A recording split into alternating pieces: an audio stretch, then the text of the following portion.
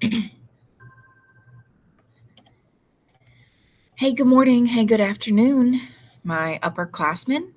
This video, it's not going to be very long, but it will be important. So please watch. Make sure to compare my example letter to yours to look for mistakes. Today is Tuesday, March 9th. Whew. Let's say 3 more days. 3 more days till spring break. We totally got this. Today's Tuesday. We only got Wednesday, Thursday, Friday. Boom, done. Please reach out if y'all need help for anything. So, very quickly, on the screen, you see a letter from a student. And first thing, everyone should have this in their letter is an address to the audience, right? Dear so-and-so. This student said, "Good afternoon, teachers." So she's chosen her audience. It is teachers. So her tone will be directed to teachers. It will be professional. Some of you wrote to Dr. Hornick. Some of you wrote to the school board. All professional tones. I had a couple students write to their parents. So obviously the tone will be less formal. It'll be informal, so not as serious. Your tone drives your voice, or I should say your audience drives your tone and voice. So, good afternoon, teachers. Thank you for taking the time to read this letter. Perfect. This student thanked her audience. Awesome. As you see, some students are doing hybrid and some are doing virtual. Semicolon, I love it. It is proof that students can do school at home and at school. For those of you that were in my group last week, we talked about semicolons. And if you didn't get a chance to meet with me because you were meeting with Mrs. Cleveno, that's totally fine. We will address semicolons going forward.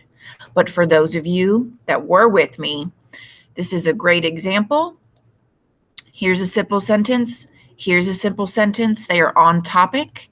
They are related. They can connect with the semicolon. This is the student's claim. While some students want to go to school for full time so they can socialize and have more focus on their grades than sitting at home, I believe that by giving students a choice of staying virtual will be helpful because it can help with getting more sleep, so they are more awake and alive for school, and just being more comfortable at home while not worrying about getting sick.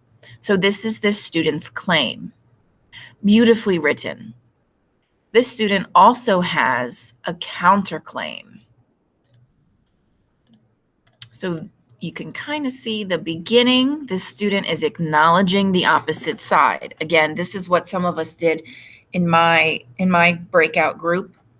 We talked about counterclaims. If you didn't get to do a breakout group with me for this, you will going forward.